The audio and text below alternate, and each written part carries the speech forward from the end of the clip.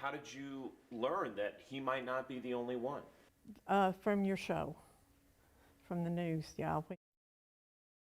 Back in the spring, we first aired an investigation into a bacteria outbreak at a surgery center in Knoxville. In court filings, the surgery center and doctors deny any wrongdoing. 6 months later, patients have filed 4 more multi-million-dollar lawsuits. All allege Parkwest Surgery Center and doctors hid the problem for months, trading patient health for money.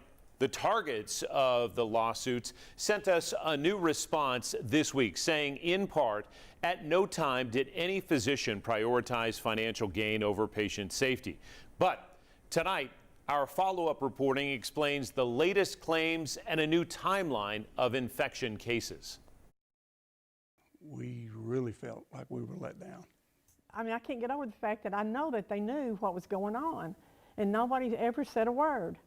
Hip replacement patient Kenny Thomas and his wife coped with an invasive bacteria post-surgery for a full year. Pack every day. Pack it every day, 2 times a day. It drained a lot, so we had to cover it up with a big heavy pad. And every day, the couple thinking Kenny was just unlucky, a rare patient facing a long, painful infection fight. You thought you might be the only case.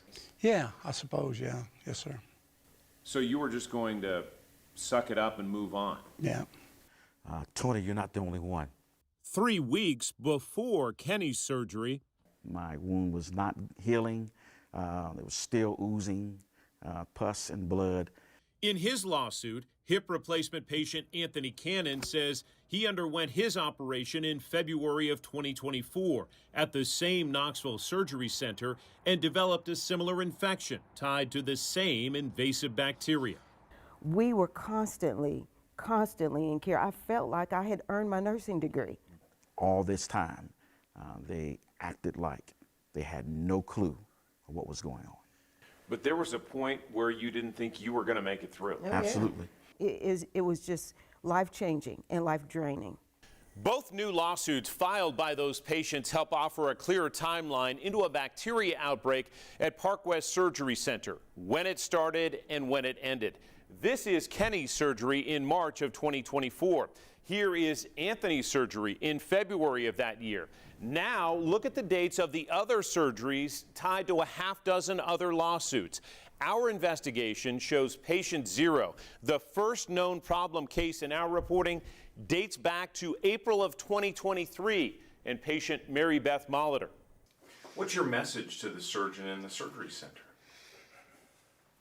You should have had my back.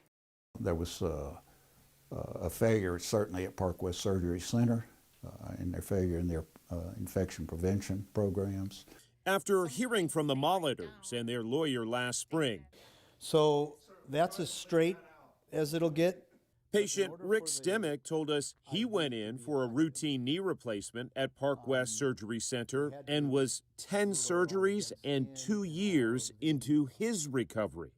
My quality of life is nothing like it was even before. Would it be reasonable to ask this surgery center to have shut down for a certain amount of time?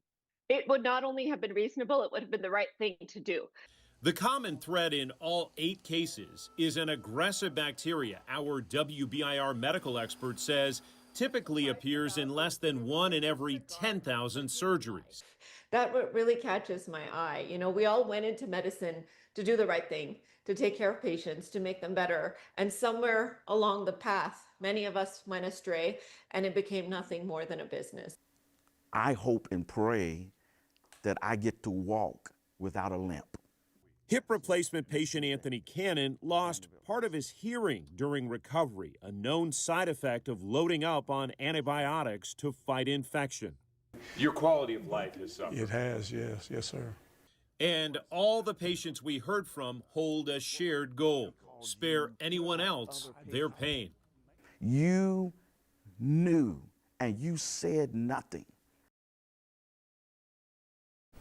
Again, the targets of the lawsuit in court filings do deny any wrongdoing, and you can read their latest statement to 10 News about the new lawsuits in full at WBIR.com. Also worth noting here, state investigators looked into the bacteria concerns almost a year after the first case we reported. The state found the surgery center failed to establish infection control issues related to infection prevention.